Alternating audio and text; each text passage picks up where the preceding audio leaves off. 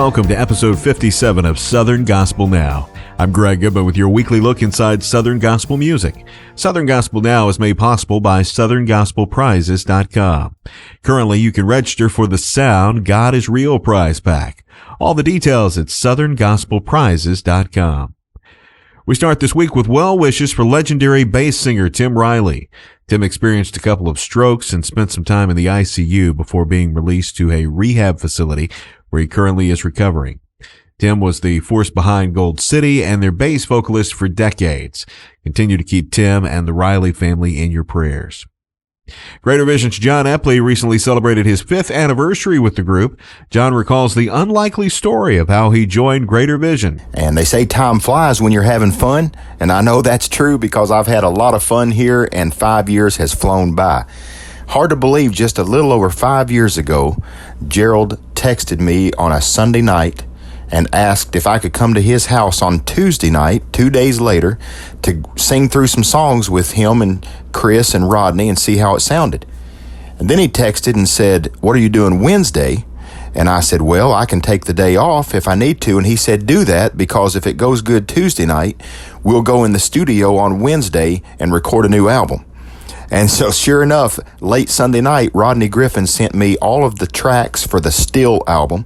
And so I worked on them. I was working for FedEx at the time. So during my route, I was listening to those songs and trying to memorize them.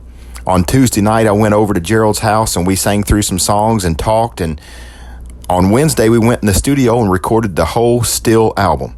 So that's how it all began, and it's been an awesome ride ever since. John is featured on Greater Vision's latest single, which he wrote.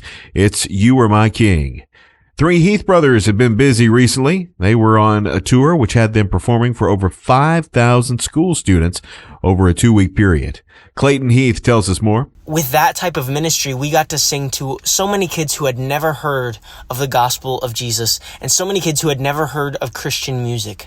And so we were so excited to bring the gospel to those schools, and you would see these kids with tears streaming down their faces as they would feel the presence of God. The Sound releases their new project, God is Real, this Friday. Levi Mills talks about the title track and that there's no denying God exists. The greatest proof of the existence of God is how he manifests himself in the life of a believer. Because that's really the evidence that you need. Because in your life, when you can just feel the presence of God around you, with you, there is no denying that. Last week, Abraham Productions held Singing in the Sun in Myrtle Beach, South Carolina. Abraham Productions president Ray Flynn talks about the record crowds. It's hard to believe that the number of people that came this year is even greater than what it was back in 2019 prior to the pandemic. The people, I think that the fans are the ones that have impressed me more than anything. They are so appreciative of live events being back here in Myrtle Beach at the Myrtle Beach Convention Center. It sure is great to have folks showing up at live, in-person Southern Gospel events once again.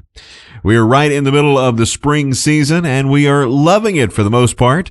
Brian Free explains. Yeah, springtime. So I look forward to the change of temperatures. The only thing I don't like is the pollen. I'm like many other people. And when the air turns yellow and everything's covered with yellow here in the South, it makes it a little difficult to breathe. But other than that, it's beautiful. Tribute Quartet currently has a throwback song out, which is off of their Quartet Tribute Volume 2 project. Tenor Gus Gacious says this was a fun project for the group to do. One of the really fun things about doing the Tribute Quartet Tribute series is we're getting to do a lot of the songs that each of us grew up singing. I know for me in church, there was a lot of that music that I was introduced to through my parents and through our church. And, you know, when you grow up singing the songs, they become a part of you, and to get to do them again, it's just really fun. It's a great time. Another throwback song is out these days from Justified Quartet. The song is the classic Homeland, written by Diane Wilkinson. Tim Caldwell of Justified Quartet talks about the new twist on the song. What was so cool about the song Homeland was this was a big hit for the cathedrals back in 1986, I believe, And but back when they did it, there was only one verse to this song. And so as we were picking out songs, she threw the idea out to us, is that she said, I would love to hear you guys do this song. And she said, I will send you the second verse, and you guys can add the second verse to it. She'd actually had written the second verse. I believe the Bruce Brothers had recorded it. I don't know if she did it for them or she had just wrote a second verse later on and just decided to add it. But she said, I would love to hear a quartet do it. The Down East Boys are spending a third straight week at the top of the Singing News Power 50 weekly chart with their hit, Your Sins Are Forgiven. That's it for this week. If you missed any of our episodes along the way, you can find them wherever you download podcasts, or you can listen at southerngospelnow.com. Southern Gospel Now is made possible by southerngospelprizes.com. I'm Greg Goodman. Love your neighbor, and I'll see you next week for another edition of Southern Gospel Now.